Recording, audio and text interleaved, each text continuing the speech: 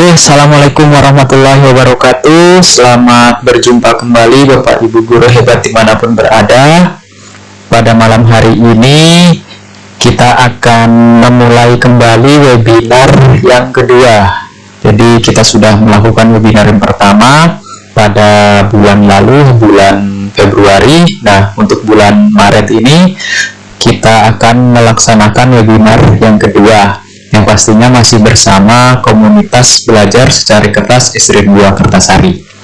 Nah, topik yang akan kita sama-sama pelajari yaitu tentang penyusunan aksi nyata pada platform Merdeka Mengajar. Nah, pada webinar sebelumnya kita sudah sama-sama belajar bagaimana pembuatan poster kelas dengan menggunakan aplikasi Canva. Nah, sekarang yang kita angkat temanya yaitu tentang aksi nyata. Sebelum kita mulai webinar pada malam hari ini, alangkah lebih baiknya kita sama-sama bersama berdoa terlebih dahulu dengan mengucap basmalah. Bismillahirrahmanirrahim. Oh ya, Bapak Ibu Guru, sebelum kita mulai webinarnya, untuk absensi atau daftar hadir, silahkan Bapak Ibu Guru untuk mengecek kolom komentar yang telah kami sematkan. Di sana ada link untuk mengisi daftar hadir webinar pada malam hari ini. Dan jangan lupa Bapak Ibu Guru untuk bergabung dengan WA Group Komunitas Belajar Secara Kertas SD Negeri 2 Kertasari, yang mana linknya juga telah kami sematkan pada kolom komentar. Karena nantinya sertifikat, daftar hadir, dan juga surat undangan akan kami bagikan di grup WA tersebut. Jadi jangan lupa untuk mengisi link daftar hadir dan juga untuk bergabung dengan WA group. Oke, kita mulai saja webinar pada malam hari ini ya Bapak Ibu Guru. Sebelum kita masuk lebih dalam tentang aksi nyata atau kita membahas lebih dalam tentang aksi nyata, ada baiknya terlebih dahulu kita kenalan dengan yang namanya aksi nyata. Seperti apa sih aksi nyata itu? Bentuknya seperti apa? Karena ada pepatah lama mengatakan tak kenal maka kenalan. Nah, maka dari itu sekarang kita kenal ya, walaupun mungkin aksi nyata ini atau kata-kata aksi nyata ini sudah tidak asing lagi bagi Bapak Ibu Guru, tapi apa salahnya kita lebih berkenalan dengan aksi nyata.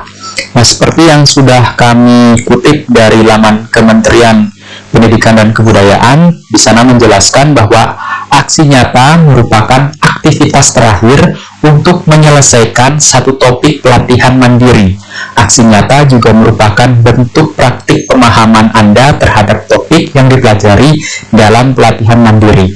Melalui aksi nyata, Anda bisa mencoba mengimplementasikan teori yang telah dipelajari dalam pelatihan mandiri dan mendemonstrasikan pemahaman dan penguasaan materi.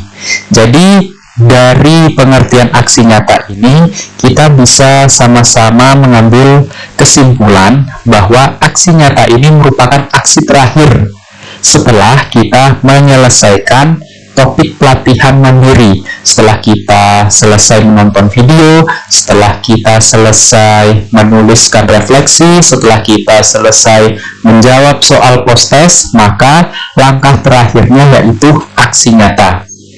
Jadi sederhananya aksi nyata ini adalah bukti bahwa kita telah selesai belajar secara mandiri di platform Merdeka Mengajar. Nah, untuk tahapan dalam melaksanakan aksi nyata, di sana juga sudah dijelaskan ada beberapa tahapan. Yang pertama yaitu menyelesaikan modul dan post-test terlebih dahulu. Yang kedua, memilih salah satu aksi nyata. Yang ketiga, mempraktekkan aksi nyata. Yang keempat, menuangkan aktivitas aksi nyata itu dalam bentuk laporan. Jadi laporan aksi nyata dengan format PDF maksimal 10 MB, dan yang terakhir mengunggah lembar aksi nyata. Jadi hari ini kita akan membahas tentang aksi nyata mulai dari pengertian sampai nanti bagaimana kita akan mendapatkan sertifikat setelah mengupload atau mengunggah aksi nyata kita.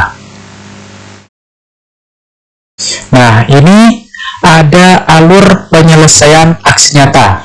Ada 3 alur. Yang pertama, ketika kita sudah selesai atau mengikuti pelatihan mandiri, maka kita bisa membuat aksi nyata. Yang kedua adalah proses validasi aksi nyata. Jadi aksi nyata yang kita buat tadi akan divalidasi oleh tim penelaah aksi nyata.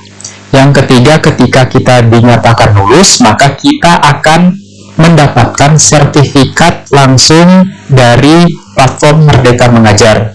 Tapi ketika kita dinyatakan tidak lulus, maka kita bisa merevisi aksi nyata itu. Nah, di sini mungkin ada beberapa dari kita yang bertanya-tanya, mengapa saya perlu melakukan aksi nyata? Ini sebenarnya juga pertanyaan saya pribadi ya, mengapa saya perlu melakukan aksi nyata? Nah, di laman Kemendikbud telah menjawab pertanyaan ini, bahwa melalui aksi nyata kita bisa mencoba mengimplementasikan teori yang telah dipelajari dalam pelatihan mandiri. Kita bisa mendemonstrasikan pemahaman dan penguasaan materi, dan dengan demikian bisa menyelesaikan satu topik pelatihan mandiri. Jadi, kenapa kita harus melakukan aksi nyata? Aksi nyata ini adalah sebagai bukti atau sebagai implementasi dari teori, atau bisa dikatakan aksi nyata ini sebagai prakteknya setelah kita menyelesaikan teori. Jadi kan dalam pembelajaran itu ada teori dan juga ada praktik. Nah, aksi nyata ini adalah laporan hasil praktik kita ketika telah menyelesaikan pelatihan atau telah menyelesaikan teori. Lalu ada pertanyaan, apakah ada batas waktu dalam penyusunan aksi nyata? Jadi di laman Kemendikbud itu telah dijelaskan bahwa tidak ada batasan waktu dalam mengerjakan aksi nyata.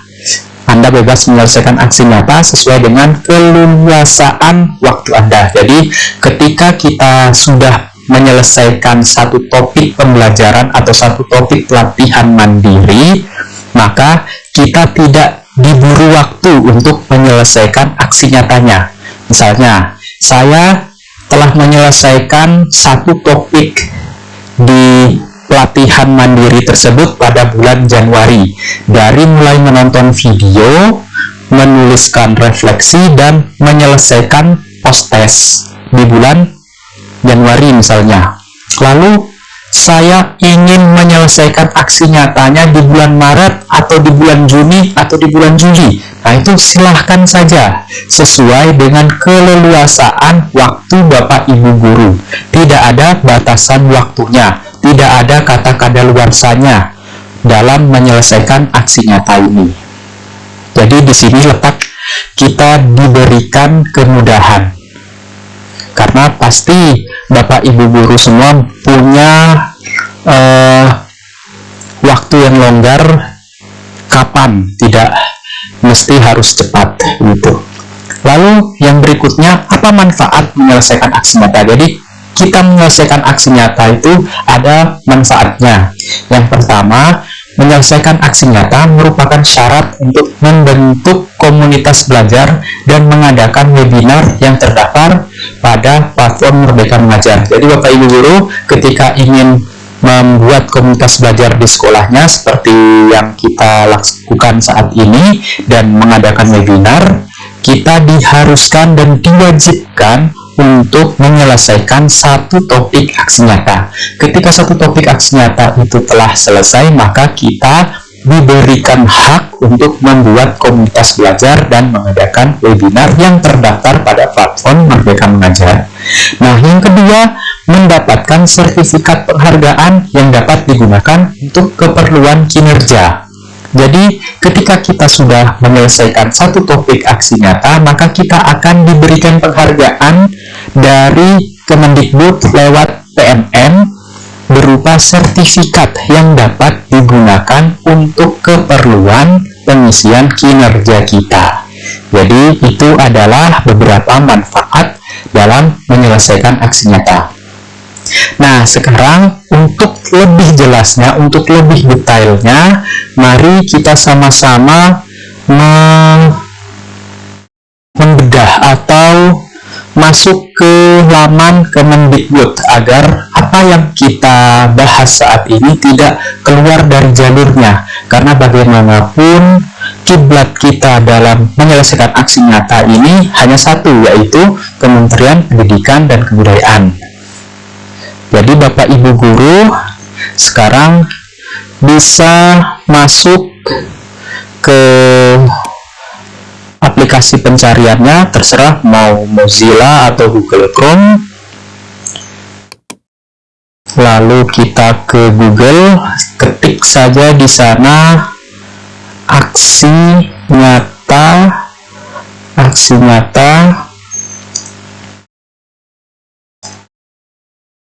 PMN ya. Ketik saja aksi nyata PMN di Google, maka kita akan diarahkan ke satu laman yang paling atas ya. Silahkan Bapak Ibu pilih laman yang paling atas, yang nomor 1 ini dari Kementerian Pendidikan, Kebudayaan, Riset, dan Teknologi. Jadi ini adalah pedoman kita dalam mengerjakan aksi nyata. Nah, sekarang kita coba sama-sama buka. Nah, di sini dimuat artikel tentang apa yang dibolehkan dalam aksi nyata, apa saja yang tidak dibolehkan di sana, apa saja yang harus kita unggah, dan bagaimana cara kita mengupload dokumen aksi nyatanya ada di sini semua. Nah, sekarang kita akan coba sama-sama pelajari. Yang pertama, setelah kita menyelesaikan topik pembelajaran atau topik pelatihan mandiri, maka tampilan di PMN kita akan menjadi seperti ini. Nah, modul pertama tercentang hijau, modul kedua tercentang hijau, maka pilihan aksi nyata akan terbuka. Pilihan aksi nyata akan terbuka dan bisa kita klik. Nah, setelah kita klik pilih aksi nyata, maka akan diarahkan ke beberapa pilihan topik. Jadi kita bisa memilih topik apa yang sekiranya akan kita buat menjadi satu laporan aksi nyata.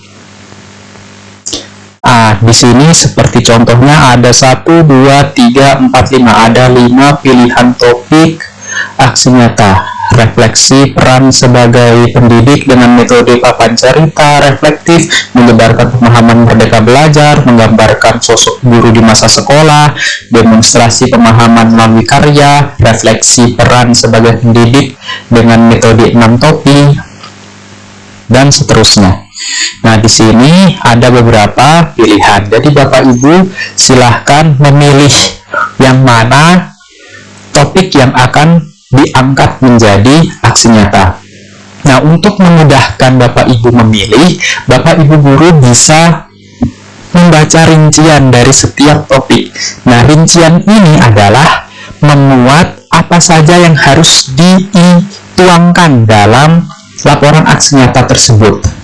Jadi silahkan Bapak Ibu guru baca satu persatu mana yang sekiranya mudah dituangkan dalam aksi nyata. Jadi silahkan Bapak Ibu baca dengan seksama rincian pada setiap topik aksi nyata, lalu silahkan tentukan topik yang ingin dipilih. Nah, setelah kita memilih atau memilih salah satu pilihan aksi nyata, atau kita sudah yakin dengan salah satu pilihan aksi nyata tersebut, maka tampilan dari PMN kita akan berubah. Yang semulanya tulisannya pilih, maka salah satu yang telah kita pilih tersebut berubah menjadi centang berwarna hitam dan tulisannya berubah dari pilih menjadi dipilih. Nah, seperti yang dicontohkan pada laman Kemendikbud ini, dicontohkan untuk memilih menyebarkan pemahaman merdeka belajar. Nah, di sana sudah centang hitam dan statusnya sudah berubah menjadi dipilih. Lalu setelah itu kita bisa mengklik selanjutnya. Jadi tombol selanjutnya akan aktif di bawah ini dan bisa kita klik. Nah, setelah itu kita bisa melakukan aksi nyata di lapangan. Jadi setelah kita memilih topik atau topik yang akan kita jadikan aksi nyata, kita bisa melakukan aksi nyatanya di lapangan. Jadi aksi nyatanya itu di lapangan, laporannya nanti diupload ke PMM.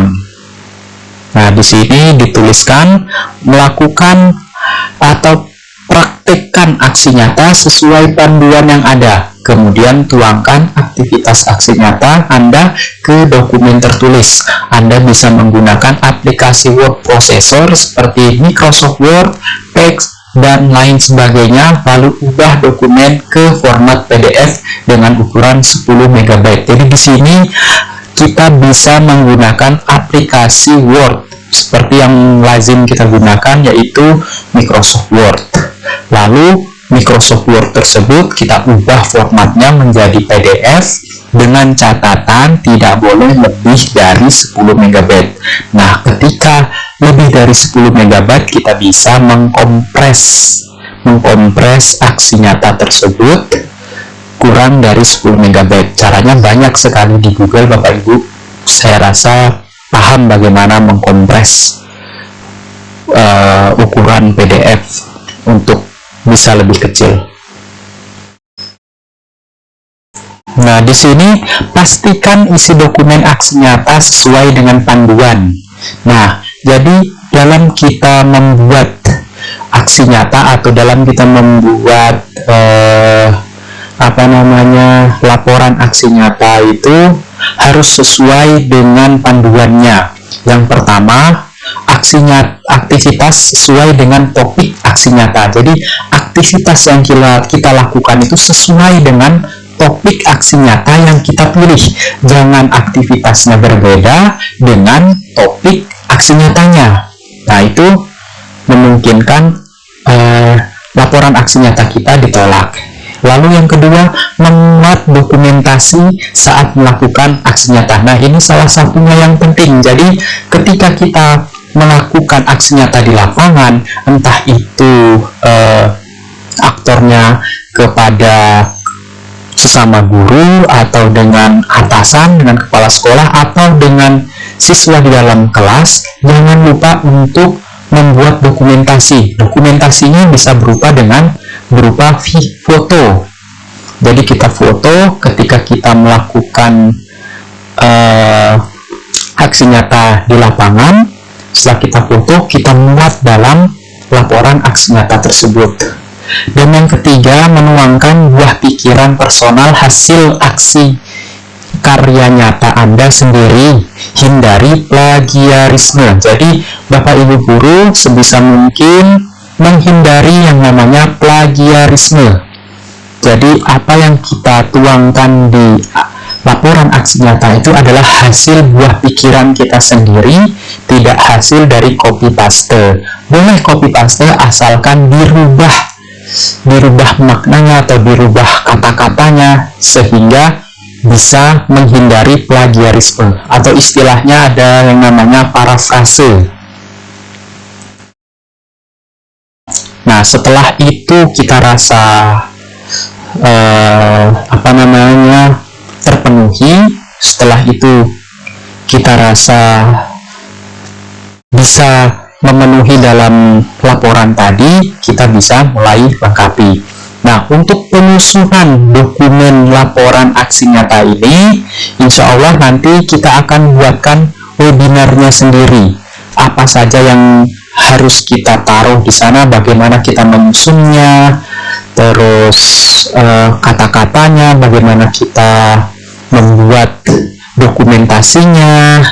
Jadi nanti kita akan adakan webinar tersendiri bagaimana kita membuat laporan aksi nyata itu dengan berbagai macam aplikasi word processor, atau mungkin kita bisa menggunakan Canva nantinya.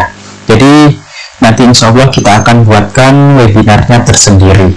Nah, sekarang intinya yang ingin kita pelajari itu tentang aksi nyatanya, teorinya tentang aksi nyata. Jadi untuk aksinya, untuk prakteknya nanti kita sambung di webinar berikutnya. Jadi sekarang kita pahami dulu rambu-rambunya tentang aksi nyata, sehingga nanti ketika kita hendak membuat tidak lepas dari rambu-rambu atau aturan yang sudah ada, sehingga tidak terjadi kebingungan begitu. Nah, setelah ceritanya ini, dokumen aksi nyata kita telah selesai, maka selanjutnya kita bisa mulai lengkapi atau memulai proses pengunggahan, penguploadan. Nah, tadi kita sudah memilih aksi nyata yang ada di PMM, lalu kita sudah mempraktekkan teori dari pelatihan mandiri. Dari teori itu kita sudah praktekkan, dari mempraktekkan kita sudah membuat laporan aksi nyata. Ceritanya kita sudah selesai membuat laporan aksi nyata. Maka langkah berikutnya yaitu kita bisa mengklik tombol mulai. Jadi kita masuk lagi ke platform Merdeka Mengajar. Di sana ada tombol berwarna hitam tulisannya mulai. Nah, Bapak Ibu guru bisa mengklik tombol tersebut. Lalu kita akan diarahkan untuk menggeser tombol aksi nyata sudah dilakukan. Jadi ketika kita sudah selesai membuat laporan aksi nyata, sudah kita ubah ke dalam bentuk PDF, sudah kita pastikan bahwa ukurannya tidak lebih dari 10 MB, maka kita bisa menggeser tombol lanjut ke lembar aksi nyata. Kita geser ke kanan dengan klik tahan lalu digeser ke kanan, maka yang semulanya tanda silang akan berubah menjadi tanda centang berwarna biru. Lalu tombol yang di bawahnya tulisannya ya lanjut bisa kita klik. Nah, setelah kita klik tombol ya lanjut, maka kita akan diarahkan untuk mengisi formulir lembar aksi nyata. Nah, di sini ada beberapa formulir yang harus kita ketikkan langsung di PMM tersebut. Jadi tidak perlu membuat dokumennya terlebih dahulu, namun kita bisa langsung mengetiknya di sini. Nah, yang pertama, sebelum kita mengisi formulir ini, kita diharapkan untuk mengupload laporan aksi nyata. Nah, kita bisa klik pilih file, lalu memilih dokumen yang telah kita buat, yang tersimpan pada gadget kita, entah itu di komputer atau di laptop. Nah, jadi kita upload file yang telah terdapat di laptop kita. Setelah kita upload, maka di sini kita akan diperintahkan untuk mengisi judul aksi nyata kita. Jadi kita berikan judul dari aksi nyata kita. Kalau di sini contohnya ditulis judulnya itu yaitu sosok guru di sekolah saya. Nah, jadi bebas judulnya, Bapak Ibu guru sendiri yang tentukan. Lalu yang kedua, kita diminta untuk menceritakan secara singkat aksi nyata yang kita lakukan. Jadi di sini silahkan Bapak Ibu ceritakan secara singkat saja, tidak usah terlalu banyak karena ini juga dibatasi hanya beberapa karakter saja. Jadi silahkan Bapak Ibu guru tuliskan secara singkat cerita tentang aksi nyata Bapak Ibu guru. Lalu di kolom ke 4 yaitu diminta untuk apa pembelajaran yang Anda dapatkan saat melakukan aksi nyata. Jadi kita diminta untuk menceritakan pelajaran apa yang bisa kita petik, yang bisa kita ambil ketika melaksanakan kegiatan aksi nyata itu. Nah, setelah 4 kolom ini terisi semua, kita bisa mengklik kolom atau kotak kecil di sini, yaitu berisi saya menyatakan bahwa aksi nyata ini merupakan karya saya pribadi. Jadi ini adalah pernyataan keaslian dari laporan aksi nyata kita. Nah, setelah kita klik kotak kecil ini, maka tombol biru tulisan kumpulkan dapat kita klik atau aktif. Lalu selanjutnya kita kumpulkan. Tapi kita juga bisa diberikan opsi untuk menyimpan. Misalnya ini, kita masih ragu dengan judulnya, atau mungkin kita masih ragu dengan file yang kita upload, ada ingin merubah, atau mungkin tentang ceritanya masih belum kepikiran. Nah, kita bisa menyimpan terlebih dahulu. Jadi, fungsi dari menyimpan ini, apa yang telah kita isikan di kolom ini tidak akan hilang, tapi juga belum dikumpulkan. Jadi, suatu hari nanti atau suatu saat nanti bisa kita edit, bisa kita tambahi, atau mungkin bisa kita kurangi, atau mungkin ada yang belum terisi bisa kita isi.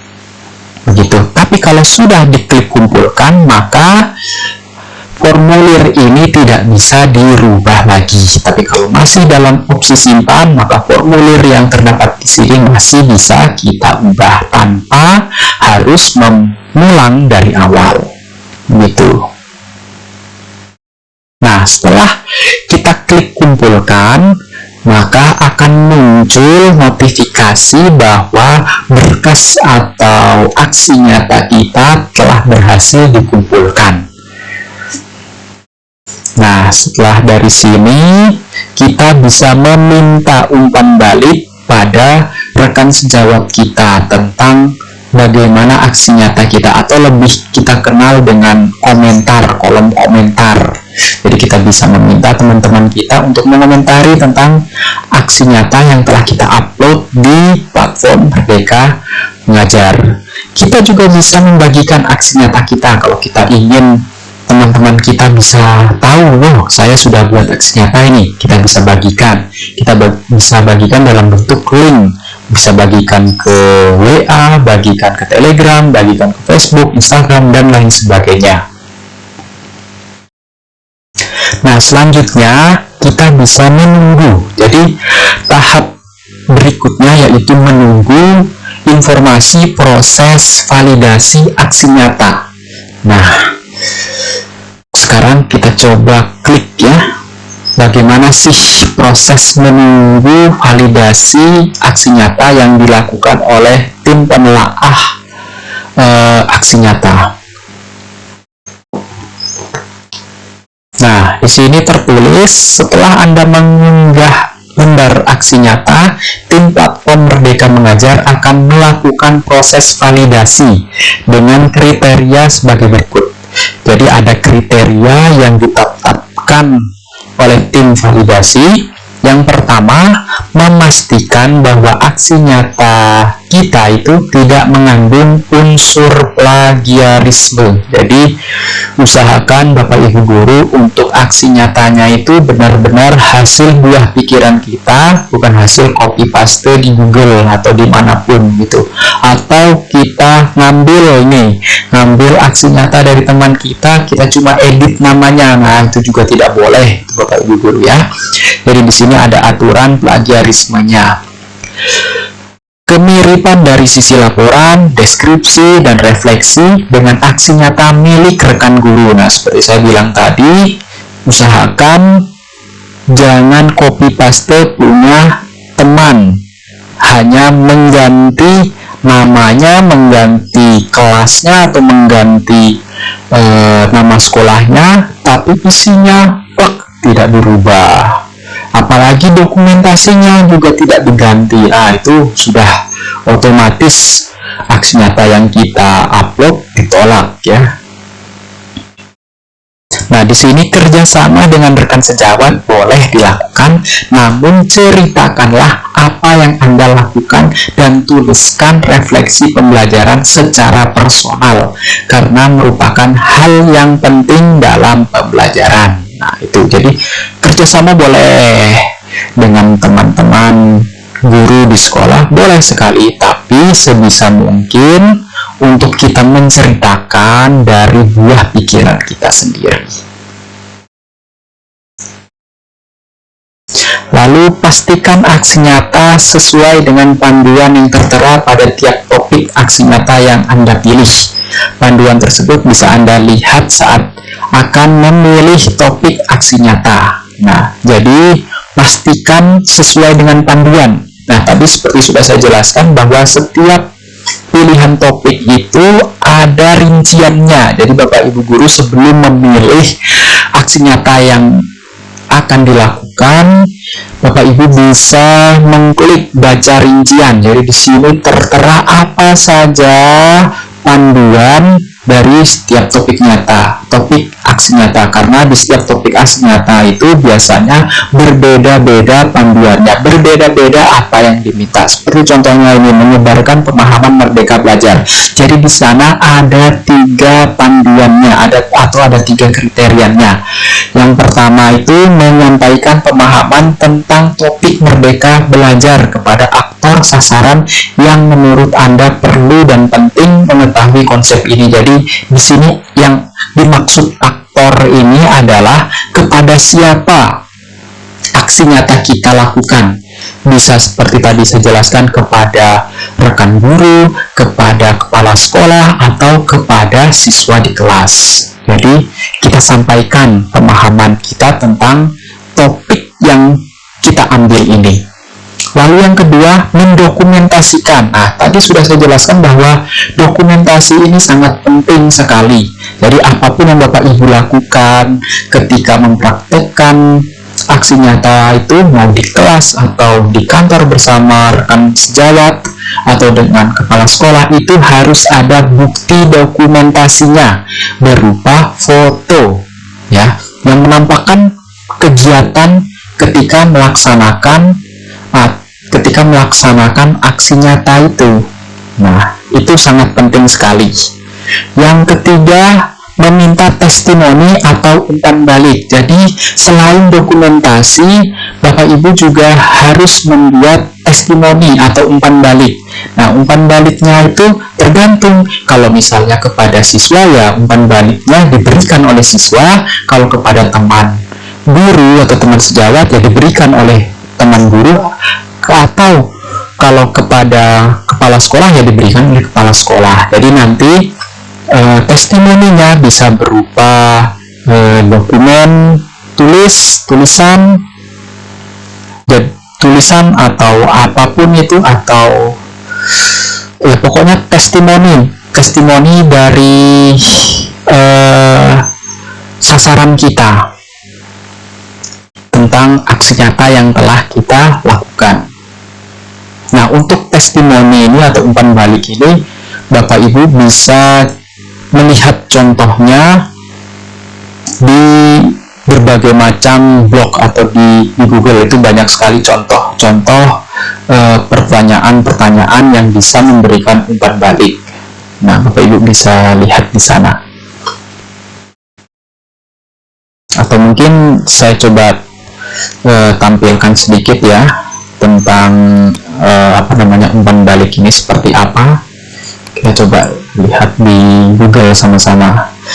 Bukan berarti kita akan mengcopy paste, tapi kita bisa mencari contohnya. Nah, kita ketik di Google contoh umpan balik aksi nyata PMM. Nah, ternyata di Kementerian di laman Ristek dan di laman Mendikbud ini ada contoh umpan balik. Nah, jadi Bapak Ibu tidak perlu bingung yang umpan balik yang benar itu seperti apa. Jadi di sini sudah diberikan ya contohnya, contoh umpan balik. Nah, ini contoh umpan balik dari siswa ya. Bapak Ibu bisa mengetik lalu di print, lalu kasihkan ke siswa, siswa menulis namanya dan menulis jawaban sesuai dengan apa isi pertanyaannya, lalu difoto, dilampirkan di dokumen aksi nyata tadi. Nah, ini contoh-contoh dari umpan balik. Kalau tadi ini dari contoh umpan balik milik Bapak Waluyo Agus Widodo, SPD SD, guru SD Negeri 1 Landasan Ulin Barat, Kota Banjarbaru, Kalimantan Selatan. Jadi ini dipakai oleh Kemendikbud sebagai contoh umpan balik siswa, dan kita boleh memakainya juga, atau kita boleh mengikuti seperti ini sebagai contoh gitu.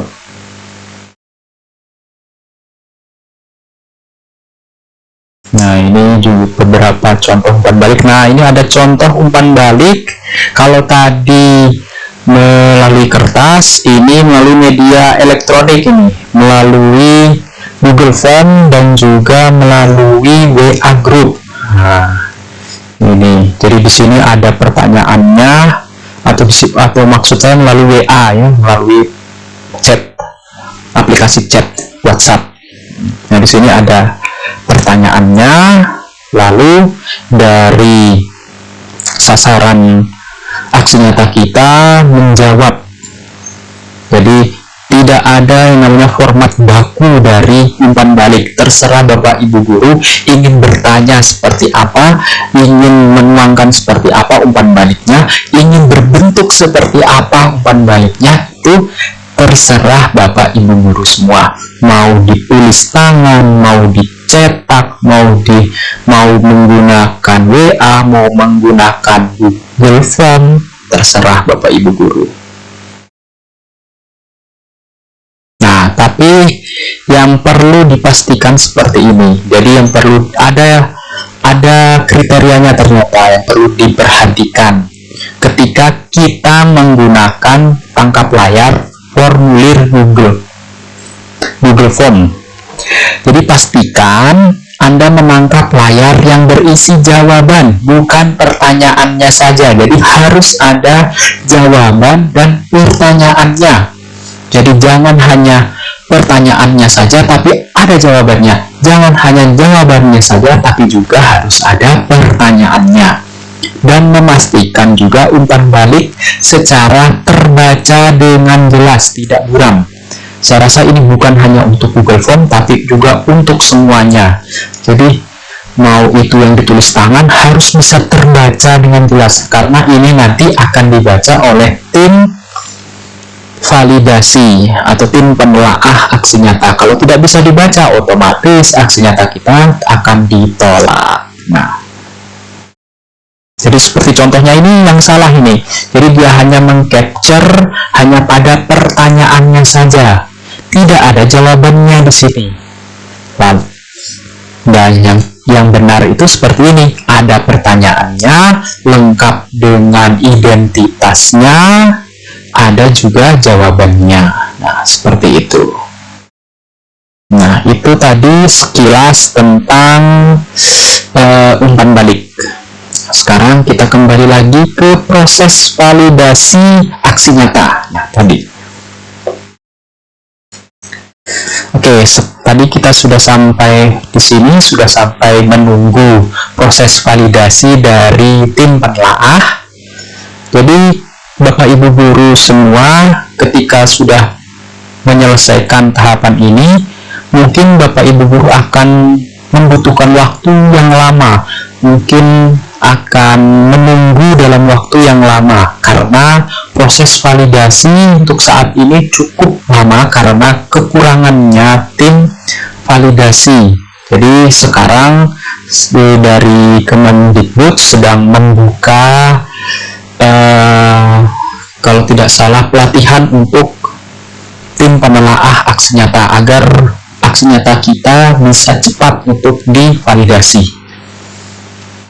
Saya sendiri dari bulan Januari tahun 2024 sampai sekarang belum divalidasi aksi nyatanya, tapi tidak apa-apa, tidak mengurangi dari semangat kita untuk terus belajar.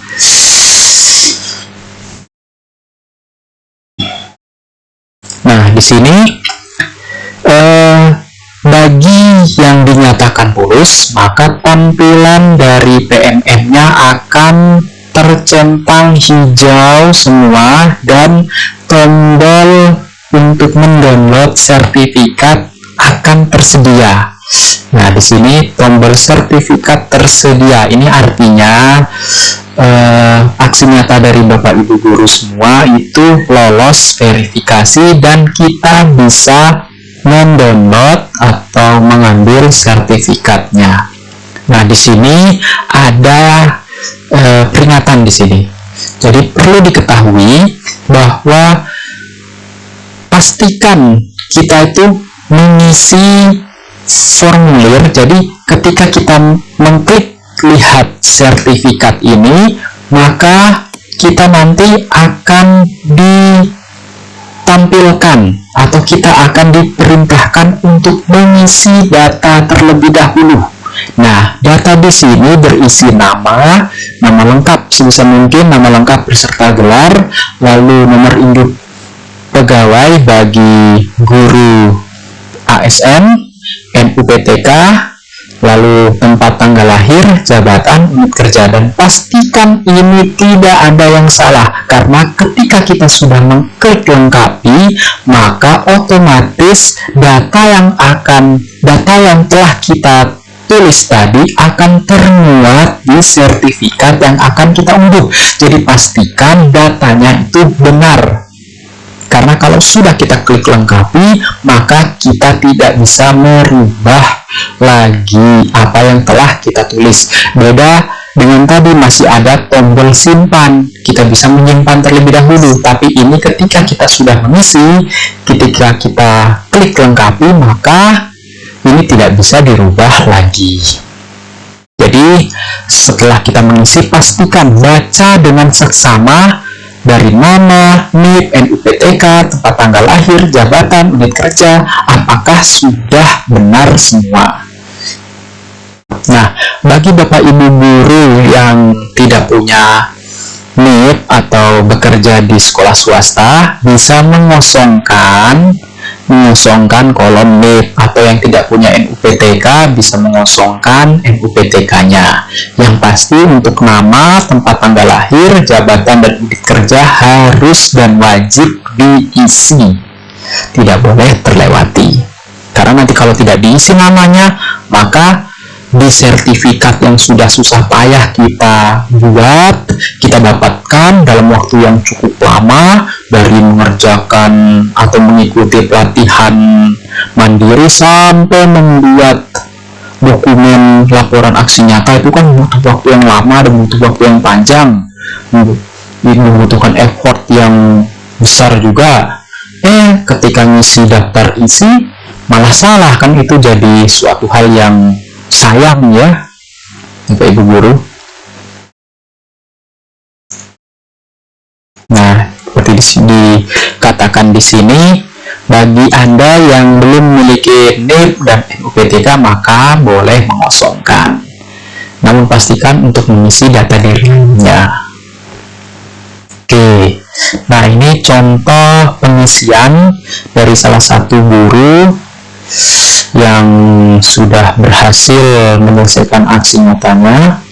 Lalu di sini nanti ketika sudah mengisi semua ini ada kolom pernyataan. Kita bisa mengklik centang. Kalau kita sudah klik centang ini, bahwa kita menyatakan bahwa data yang kita tulis pada formulir ini adalah data yang benar dan tidak dapat dirubah lagi. Lalu setelah itu bisa klik simpan. Nah, proses selanjutnya adalah proses pengunduhan atau pendownloadan dari sertifikat aksi nyata. Nah, itu tadi bagi yang lulus. Nah, sekarang kita coba bahas bagi yang tidak lulus validasi atau perbaikan aksi nyata. Jadi, opsinya ada dua, lulus dan tidak lulus. Lulus bisa mendownload sertifikat aksi nyata. Tidak lulus, maka kita bisa memperbaiki aksi nyata kita dan mengunggah kembali ke platform Merdeka Mengajar. Nah, ini adalah contoh tampilan bagi yang aksi nyatanya dinyatakan tidak lulus atau melakukan perbaikan. Nah, di sini ada kolom perbaikan aksi nyata. Kalau tadi yang lulus validasi, kalau di sini perbaikan aksi nyata. Nah, kita bisa melihat kira-kira di mana letak salahnya, atau kita diberikan rekomendasi dari tim penelaah kira-kira apa yang harus diperbaiki. Nah, di sini kita bisa klik baca saran perbaikan. Jadi Bapak Ibu guru tidak perlu khawatir, kita diberikan petunjuk kira-kira apa ini yang salah, apa ini yang kurang sehingga tidak lulus validasi. Jadi nantinya bisa kita perbaiki dari kesalahan tersebut.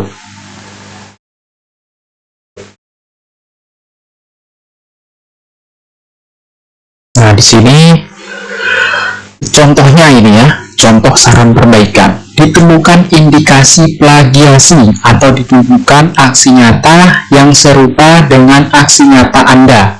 Silahkan perbaiki aksi nyata sesuai panduan. Jadi ini ditolak karena terdapat indikasi plagiasi atau plagiarisme. Nah, ini yang banyak sekali terjadi. Banyak sekali Bapak Ibu guru yang telah membuat aksi nyata ditolak, ternyata kasusnya adalah plagiasi. Nah, jadi kita bisa memperbaiki aksi nyata, kira-kira mana yang masuk ke plagiasi bisa kita rubah. Nah, tapi Bapak Ibu guru, jika hasil validasi aksi nyata Anda menunjukkan kurangnya dokumentasi, umpan balik, atau ketidaksesuaian aktivitas dengan topik aksi nyata, maka Anda memiliki dua opsi yang bisa dilakukan, yaitu perbaiki aksi nyata sesuai saran, kemudian unggah kembali ke PMM yang sudah diperbaiki atau divalidasi ulang, atau yang kedua dengan mengajukan banding. Jadi kita bisa mengajukan banding jika kita merasa aksi nyata yang telah kita buat tersebut sudah sesuai dengan panduan dan kriteria kelulusan seperti menyertakan dokumen dan umpan balik serta aktivitas yang dilakukan sudah sesuai dengan topik aksi nyata yang dipilih. Jadi Bapak Ibu guru, ketika kita kasusnya ini ya, ketika kalau di sini kan kasusnya adalah plagiasi, maka plagiasi ini tidak bisa mengajukan banding, kita harus memperbaiki ulang. Tapi ketika saran atau rekomendasi dari tim penelaah itu berupa dokumen yang belum lengkap, tapi ternyata ketika kita cek punya kita sudah ada kok semuanya, sudah ada dokumentasi berupa foto, sudah ada umpan balik, sudah ada materi presentasinya. Nah, itu semua sudah tercantum, tapi kita masih disuruh perbaiki, maka kita bisa mengajukan banding, Bapak Ibu guru. Nah, caranya bagaimana? Caranya coba kita lihat bersama. Cara mengajukan banding. Jadi bukan hanya MK atau pengadilan saja yang bisa banding, di PMM ini juga bisa banding, terutama untuk aksi nyata. Nah, di sini perlu diketahui pengajuan banding tidak dapat dilakukan jika hasil validasi menyatakan adanya indikasi plagiarisme. Jadi Bapak Ibu guru, kalau indikasinya atau seperti tadi sudah saya bilang, kalau rekomendasinya yaitu tentang plagiarisme, maka tidak bisa dibanding. Banding hanya bisa dilakukan kalau misalnya seperti tadi sudah saya bilang kan, kalau misalnya dokumennya kurang, rekomendasinya itu dokumennya kurang atau belum ada dokumentasi. Nah, tapi ternyata kita merasa di aksi nyata yang telah kita buat itu sudah memenuhi semua, maka bisa kita ajukan banding. Nah, di sini ada batas maksimal banding. Jadi batas maksimal bandingnya itu sebanyak 3 kali. Jika setelah 3 kali banding namun hasilnya masih belum lulus, maka kita wajib memperbaiki aksi nyata. Jadi tidak ada jalan keluar lain. Kalau sudah 3 kali banding ternyata masih ditolak, maka ya mau tidak mau kita harus membuat atau memperbaiki aksi nyata lagi. Nah, untuk cara pengajuan bandingnya seperti ini ya Bapak Ibu guru semua. Nah, ini tampilannya tadi ketika aksi nyata kita ditolak. Kita klik baca saran perbaikan, lalu sarannya belum lengkapnya dokumen, ada muncul pilihan ajukan banding di paling bawah. Jika merasa saran perbaikan ini keliru, jadi Bapak Ibu merasa saran dari tim penelaah ini keliru, maka kita bisa ajukan banding. Klik saja ajukan banding di situ, lalu kita masukkan alasan kita.